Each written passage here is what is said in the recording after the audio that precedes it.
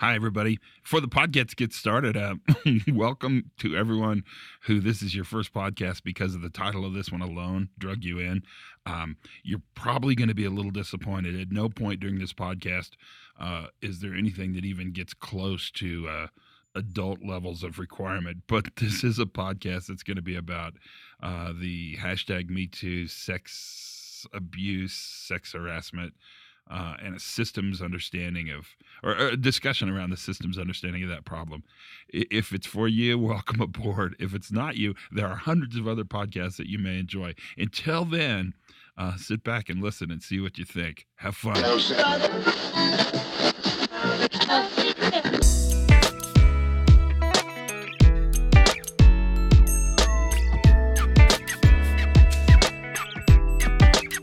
Everybody, and welcome to the Pre-Accident Podcast. I am your host, Todd Conklin. Woo-hoo-hoo! It's the new year. Are you excited? Huh? Yes, it's exciting. And the early podcast of January 2018 is the one that I'm pretty sure is going to be entitled Sex in the New View. It might be Sex and Safety differently, but I think Sex in the New View is probably going to be sexier. I'm guessing this podcast is going to get a lot of hits. We'll see. I could be wrong on this, but I feel like I might be right on it. So we'll see what happens. This is a very interesting podcast. I'm not even going to tell you. I mean, I'll tell you all about the new year, and I'll tell you about my resolution, but I think that's coming up. I'll say that for next. I'm going to focus this one on the topic at hand, because all of, in the United States, and it seems like it's happening in the UK too, if I follow my news correctly. There's been this phenomena with this hashtag Me Too, and in fact, Time Magazine picked as the people of the year the 5 silent women, or 6 silent women. I think there was an elbow of a woman. There's a real the pendulum has swung dramatically around the notion of power, sex harassment, sex abuse, and it's phenomenally interesting to watch. And I got an email a week ago that talked about sort of a systems approach to this issue, and I found it really interesting. And so I pursued the email author, the writer of the email, as it were, and said, "Why don't you come and talk about this a little bit on the podcast?" And he said, "Sure."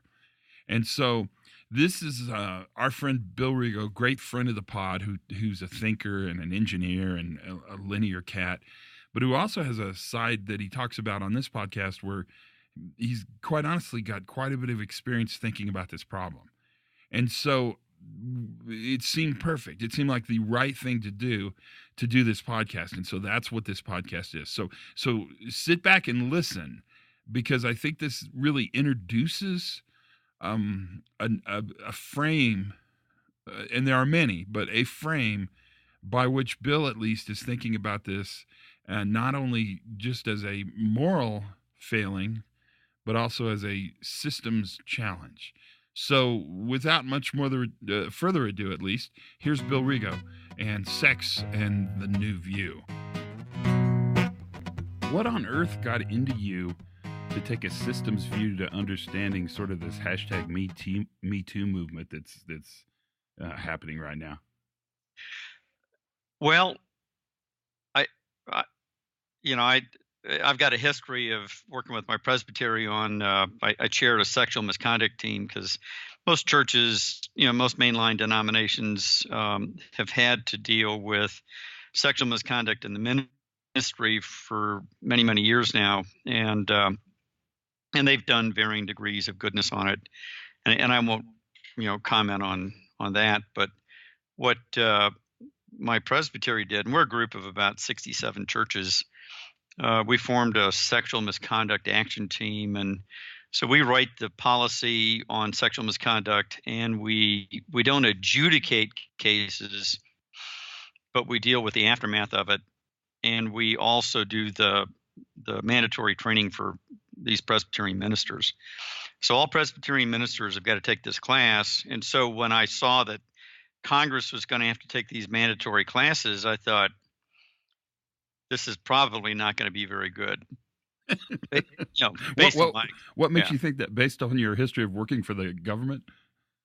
yeah it's the James Reason blame, train, and write a new procedure model for ineffective corrective actions. Blame, So this train, shame, and no shame, blame, shame. What is it? Shame, blame, blame, shame. shame, um, No, name, blame, name, shame. blame, shame, train, and write a new procedure. There you go. That's it. That's it. That's it. It's the 5 things. So I was responsible for doing the training with this, and our committee was interesting because we had lawyers who dealt in sexual misconduct cases. We had judges who adjudicated them. We had Presbyterian ministers who were also counselors, and we had professional psychologists who dealt with counseling in sexual abuse cases. And then there was me, the nuclear engineer. And I'd go to these meetings and go, so I'm here for balance. And they didn't think that was funny. And then after 2 years, the chair left and I chaired the committee. So I guess I added balance. But so this Presbyterian minister and I taught this class for 10 years, and we stopped teaching about 3 years ago when we got tired and somebody else went on. But I thought about what we were teaching in the context of the new view and all the things that we've been talking about, and it fit because the training was part of the training and the policy on sexual misconduct was part of what you talk about, that balanced approach of managing prevention, because this is prevention, and then work execution and safeguard. So we would talk about prevention in the ministerial workplace and counseling members of the opposite sex and the landmines associated with that. And then we talk about if you had a predator in your midst, which we have had, how would you know? How would you detect that, and what would you do? And then the third part that you talk about is safeguards and control. And really getting into what Decker talked about in terms of restorative justice. So we're big into restorative justice. So we don't stop at getting the miscreant out of the ministry. We go to the victims and we try to provide some sort of restorative justice to make them whole, which is very different from many other denominations. So I thought about that, and I thought, well, this is interesting. And then I went to the drift and accumulation model, which you and I have been teaching for many, many years, and I thought it was a perfect fit for what was going on. So that's kind of how I started this. Well, tell us what you're thinking, because it's timely and it's interesting, and I do think you're right. I think the sort of the restorative approach to understanding this is really important. It's going to become even more important, I think. Well, I think so, because you just look at Time Magazine named the silent women as their person of the year this year, which I think was I thought it was appropriate. Then you look at Al Franken's speech yesterday, where he basically cast aspersions on his accusers, saying, well, he didn't remember it the way that they did, which means that they must be liars. And so you look at these things where people are just doing bad things and they don't understand really how to make yourself whole after these sorts of events. And so having a sexual predator in your company can be devastating for that company. So in the case of the Weinstein Company, which is probably the most egregious example I can think of, that company is going to go out of business. It just can't. It can't stay in business. And so that's a company that lost its way. The whole company was set up to, it appears, to satisfy the sexual proclivities of its owner and founder. And in the end, none of them are going to look very good. Not the board, not the right down to the interns who who were part of this, all these machinations. So companies can go out of business because of this. Politicians lose their careers. Ministers, become disgraced. Churches go into schism because of it. And so the consequences are significant. And of course, you're a degreed psychologist, so you can understand the proclivities of sexual predators. Not that accuse you of that, but you better understand this than I do. Well, and let me ask you a question because and it's a naive question, but it's a question that I've been thinking about a lot, especially since the email that you wrote that kind of started this discussion. Is this kind of sexual predation or this kind of event that we're talking about, sort of sex harassment, sex abuse, is it a moral failing? Or is it a function of a gap in our societal systems? Is it a systems problem? Should we ask who failed, or should we ask what failed?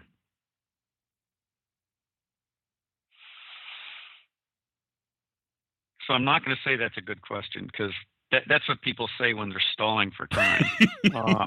No, it's and I'm not sure I have an answer to this question. Well, I think the question is rhetorical, because I do believe it's a moral failure, number one, and the fact that it started in Hollywood is no surprise.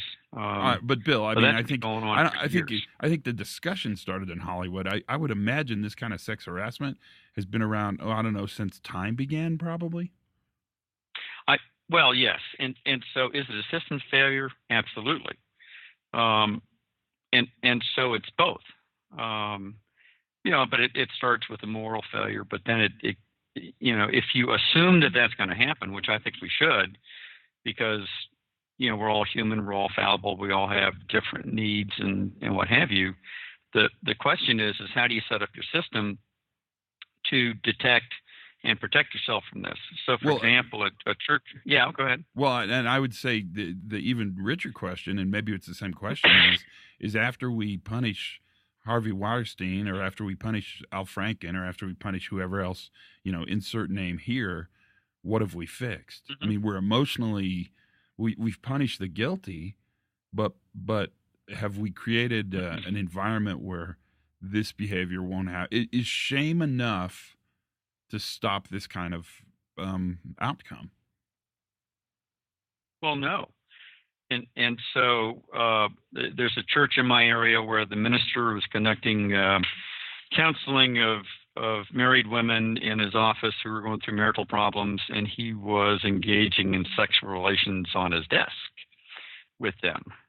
And eventually he was discovered and fired and removed from the ministry, so he'll never preach again. But what the church did, they thought about what had happened and their role in all this, and they realized that having a woman behind a closed and locked door with the minister might not be okay. And so what they did was they cut a slot in the minister's door and inserted a piece of glass so that you could see in. It was one of these long, narrow, up and down windows, so you could see in, but you couldn't hear anything. So whatever he was counseling for the church member, no one would hear, but you could see it. And so there was not much that was going to go on that the church secretary wasn't going to figure out. And we all know about church secretaries. So they pretty much have everything figured out. Yeah, they know everything. Well, and that's interesting because mm-hmm. that solution. So I worked a long time for the Boy Scouts at this place called Philmont.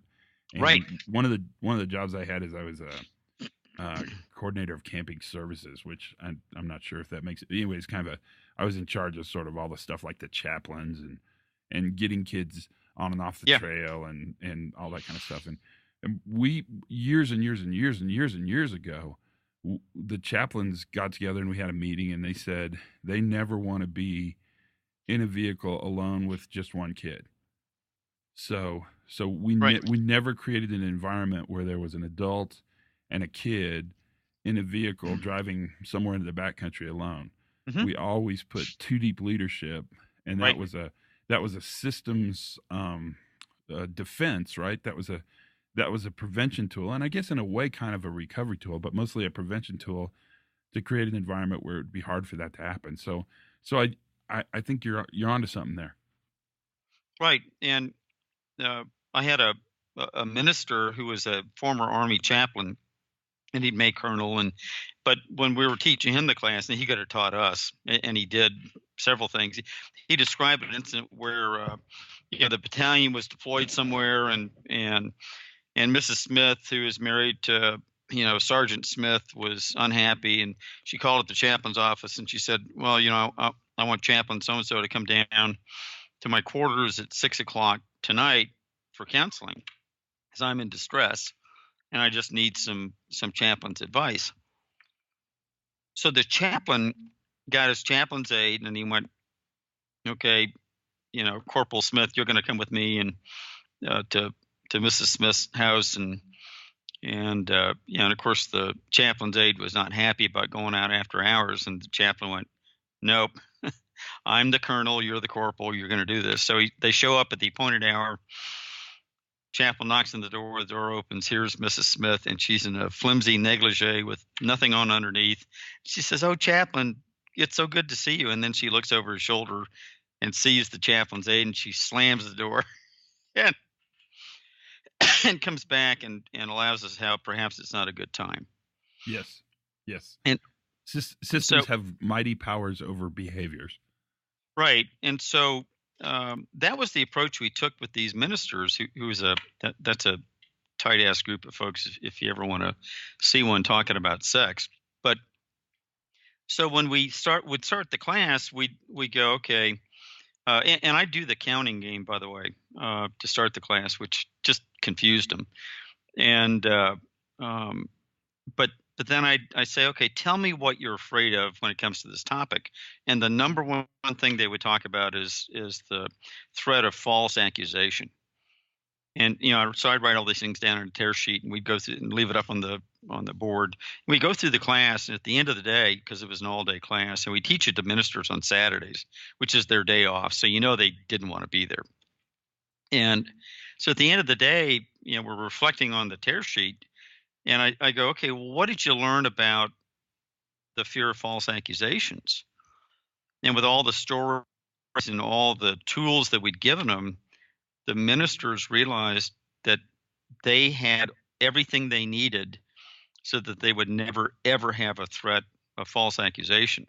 So they'd known ministers who had false accusations, but they didn't understand what had led up to it. And so I think the companies that we advise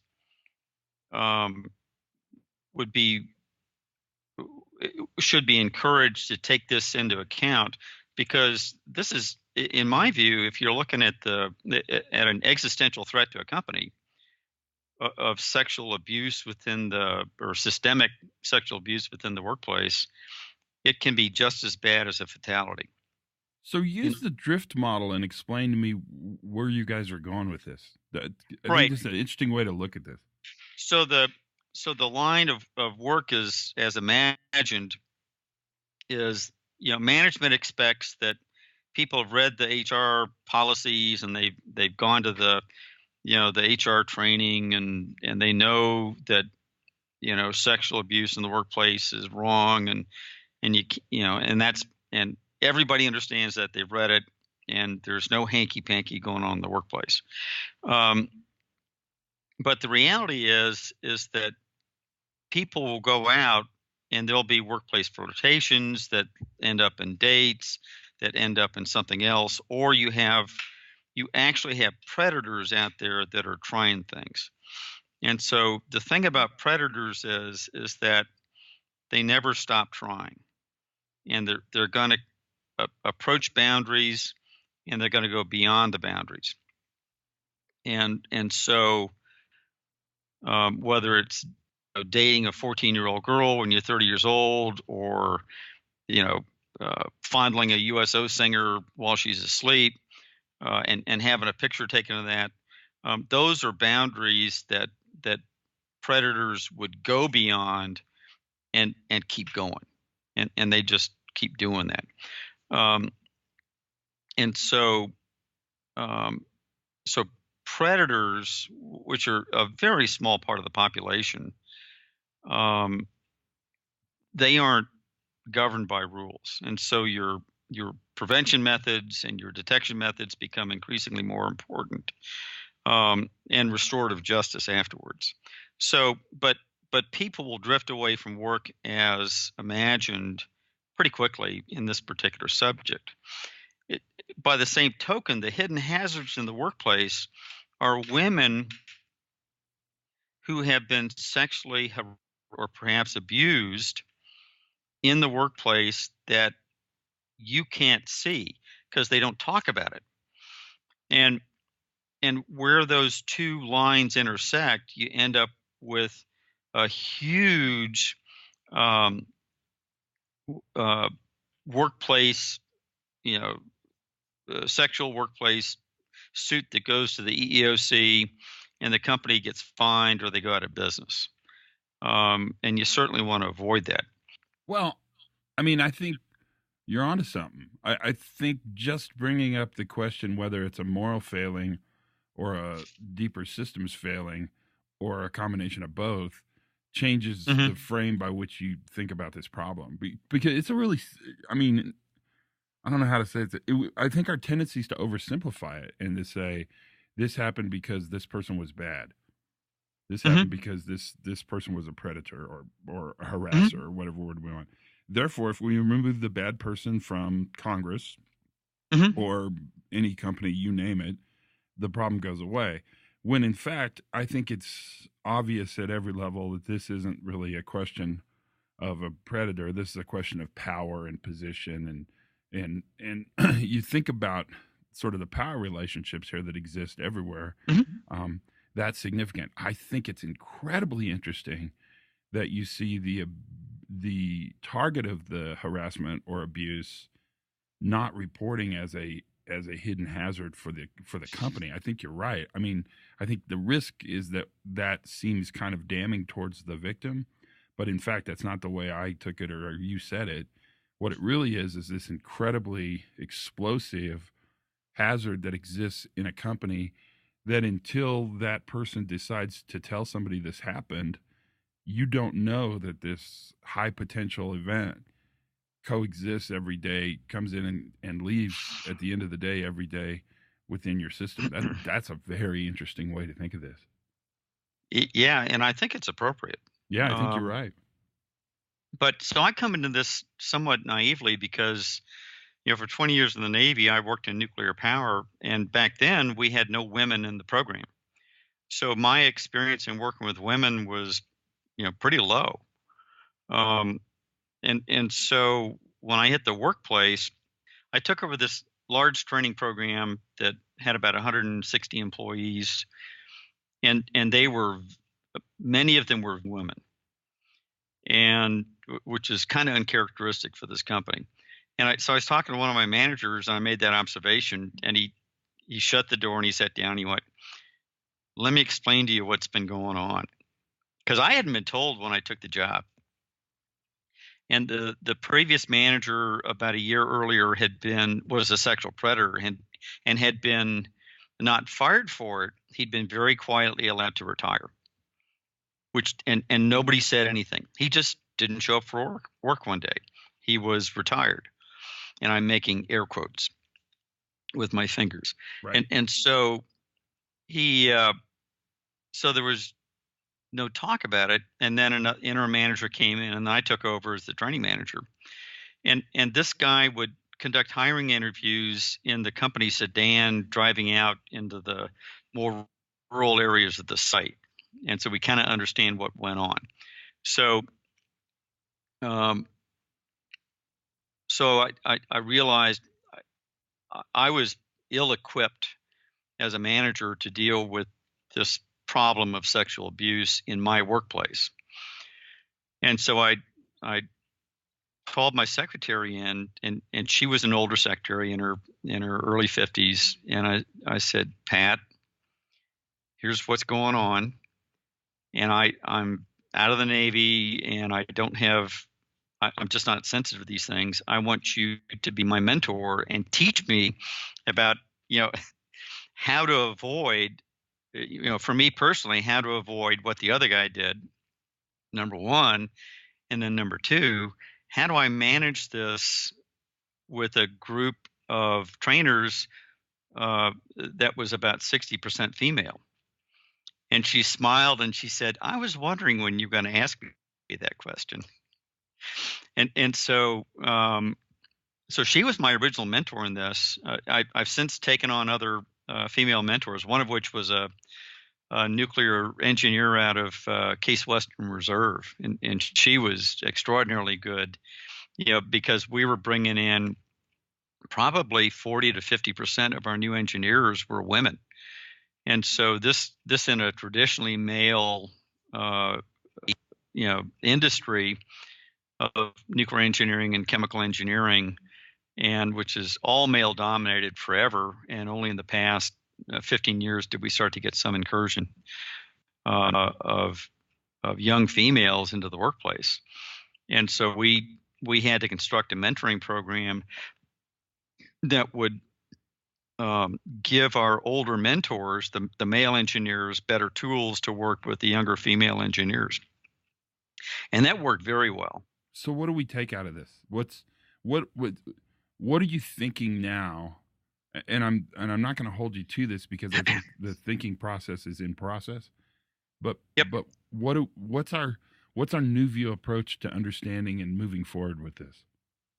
I think a lot of it goes back to I'll just go back to your book on fatalities, where you talk about you got to have a balanced approach, in the prevention, the work execution, and then the recovery or the safeguards and control. And that is, you've got to have policies in place, you've got to have training in place, but the training has got to be experiential.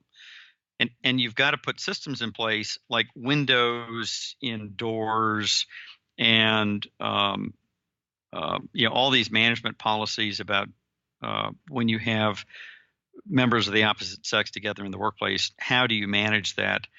And then how would you know in work execution that workplace sexual abuse is not taking place?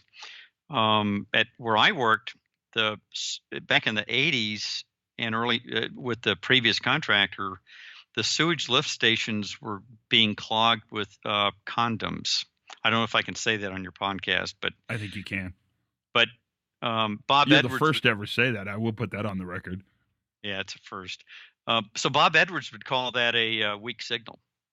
So nothing was ever done about that, and people just laughed about it. Everybody knew, but nothing was ever done, and none of the nobody went things that make you go and so we just didn't pay attention to what was going on in the workplace, because we're trying to make plutonium and uranium and tritium and all that other stuff. And condoms in the sewage lift station just wasn't a priority. And then the third thing is your recovery from this. So you identify a predator within your workplace and you fire them, and that's fine. Now the company, I think, has some obligation to provide some sort of post-termination counseling, and we do this for ministers who were removed from their pulpits. We provide them professional counseling, and for many months. In fact, we had my own minister back in D.C. before I got into this was fired for this, and he spent weeks down at the Ghost Ranch near Santa Fe, which is, I guess, where Weinstein might be there now. So this place better than I do, not from personal experience, but of course. But, I do know where it is. Yes. Yeah. So, but then you've got to be. You can't do what my company did with my predecessor and just get rid of the guy and not say anything about it, because that tells people that it's okay to have sexual abuse. It's not okay to get caught. And so, did you ever read Jack Welch's books? on winning and Yeah, kinda. Yeah. So his first book was terrible, but in it he had an interesting discussion about how you train and encourage managers or get rid of them. And in Jack Welch's Simple Mind, he said there's 4 kinds of managers. The first kind shares your values and he makes money for the company, and that manager you reward and promote as much as you can.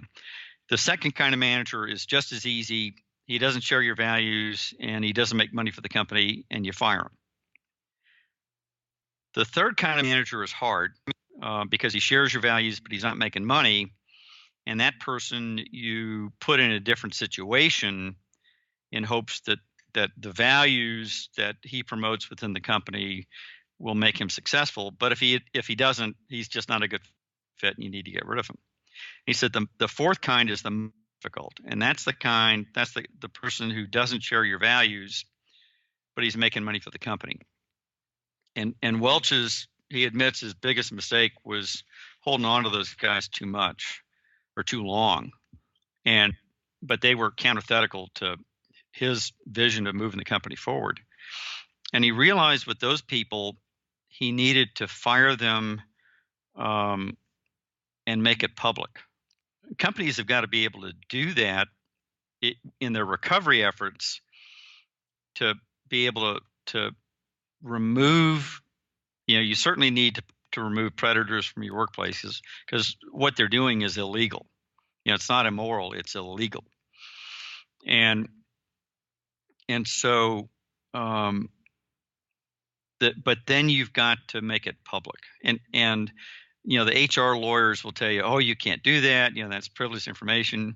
Well, that's a bunch of crap. You've got to make it visible so that people know. It's not just it's not to prevent predators from preying on innocent people. It's so that the workplace understands that management gets it, they understand it, they have values, and they're going to support them. So let me tweak that language a little, because I think you got better as you told the story. Uh-huh. I don't think the word's public, because I do think HR would react to that and has a right to.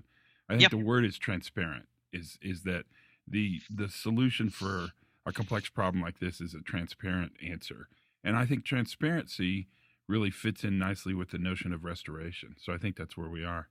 Good conversation, man. You did a good job. Well, what do you think? You. So you tackled a hard problem. Yeah, and it's one people just don't want to talk about, I don't think, up till now.